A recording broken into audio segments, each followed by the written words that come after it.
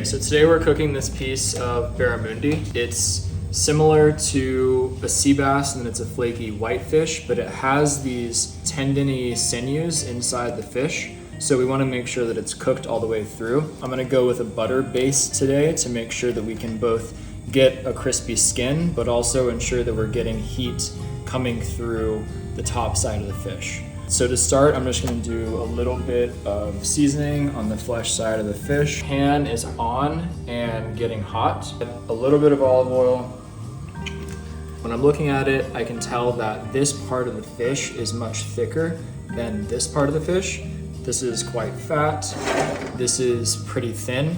So we've added oil to our pan. We're looking to make sure that it's properly heated. And when I put the fish down, I'm going to do it away from me and look for a little bit of sizzle. Now we're not too hot because I know this is going to take longer with the baste. So we just want to have some sizzle, some contact, some heat starting. We'll see the fish start to kind of seize up a little bit, and then we'll start going forward with the baste. So we're going to pay attention to, I guess, focusing most of our heat on this part of the fish. Okay, so we've added our butter in. We're going to let this kind of start to brown a little bit. I'm going to put the fish to one side of the pan. At this point, you could add a piece of garlic or rosemary or something. I'm going to season it with something else later, so I don't really need to. We want to not have our butter be too brown, but we can see it starting to brown, and then we're going to go for a baste. As you do this, you'll see the color start to change on the top of the fish. It's now, getting whiter, and I know that heat's being transferred, and I'm going to focus here, not here. And then I can kind of, start paying attention to how much heat's going through there. Before we take it off or flip it, I'm going to do a little bit of heat on this side. Start cooking that thinner part of the fish, but I'm going to give it a lot less attention than I did on the fat side. I want the fish to flip because I can see that the skin is getting to the point where we want to turn it over, and I'm just going to give it a little bit of heat on the other side.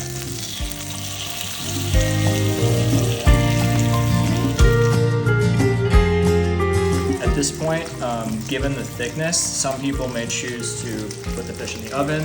I would do it at 375, 425, depending on how thick the fish is. For a fish like this, you could even throw it under a broiler for a few minutes and continue to crisp up the skin and just add a little bit more heat.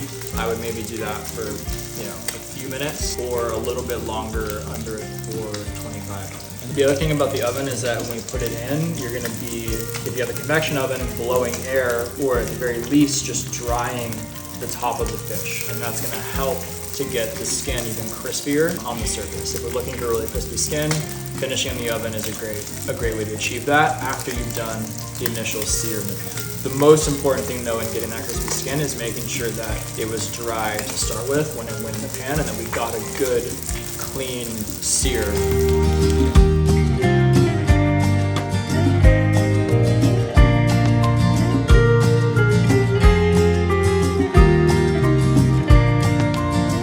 So we're checking for, this to be cooked through and flaky.